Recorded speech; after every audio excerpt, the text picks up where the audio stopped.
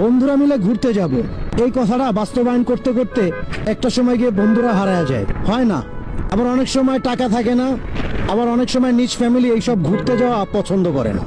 আসলে ভাই, বিশ্বাস করবেন কিনা জানি না, একটা সময় গিয়ে আপনি অনেক টাকা পয়সা আর্ন করবেন, অনেক, আপনি চলতে পারবেন, ঘুরতে পারবেন, সব কিছুই করতে পারবেন, বাট এই যে কাছের বন্ধু বান্ধবগুলো একটা সময় গিয়ে ঠিকই হারায় যাবে। ঠিকই হঠাৎ করে দেখবেন আপনার হাতের ডানের যেই ভালো একটা ফ্রেন্ড, যারা ছাড়া আপনি কিছু বুঝতেন না, সেও দেখবেন হঠাৎ করে হারায় যাবে, আপনিও আপনার মতো ব্যস্ত হয়ে যাবেন।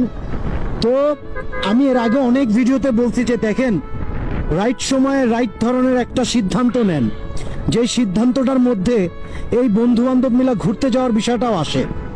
আমার কাছে এটা মনে হয়, কারণ মানুষ প্রতিষ্ঠিত হবে আজ না হয় কাল, বাট কাছের ভাই ব্রাদার, কাছের বন্ধু বান্ধব যখন হারায় যাবে, তখন আপনার কাছে যতই টাকা থাকুক না কেন, যতই আপনি মানে লাইফটাকে সুন্দরভাবে লিড করতে চান না কেন, একটু না একটুর আক্ষেপ, খারাপ লাগা কাজ করবেই। আর যার কারণে এই কথাগুলো বললাম যে বন্ধুরা মিলে ঘুরতে যাবেন, একটা সময় গিয়ে ওই ঘোরার প্ল্যানটা করতে করতেই বন্ধুরা হারায় যাবে, আজ না হয় কাল, কাল না হয় পরশু। আবার একটা সময় গিয়ে টাকা থাকবে না, আবার টাকা হইলেও কাছের মানুষ পাবেন না, আবার ফ্যামিলি ঘুরতে যাওয়া পছন্দ করবে না। বাট সব কিছু অতিক্রম করার পরেই লাইফটারে মানে আগায় নিতে হবে, এই আর কি।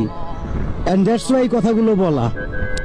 জানি না লাইফে কি কে কি করবে, কে কোথায় যে আটকাবে, বাট বাইচা থাকুক মানে বন্ধুত্বমূলক সম্পর্কগুলা, যাদেরকে ছাড়া আমরা একটা সেকেন্ডও চিন্তা করতে পারি না, একটা সময়ও চিন্তা করতে পারি না যে আমি তারা ছাড়া কিভাবে মানে লাইফটারে লিড করতে পারি।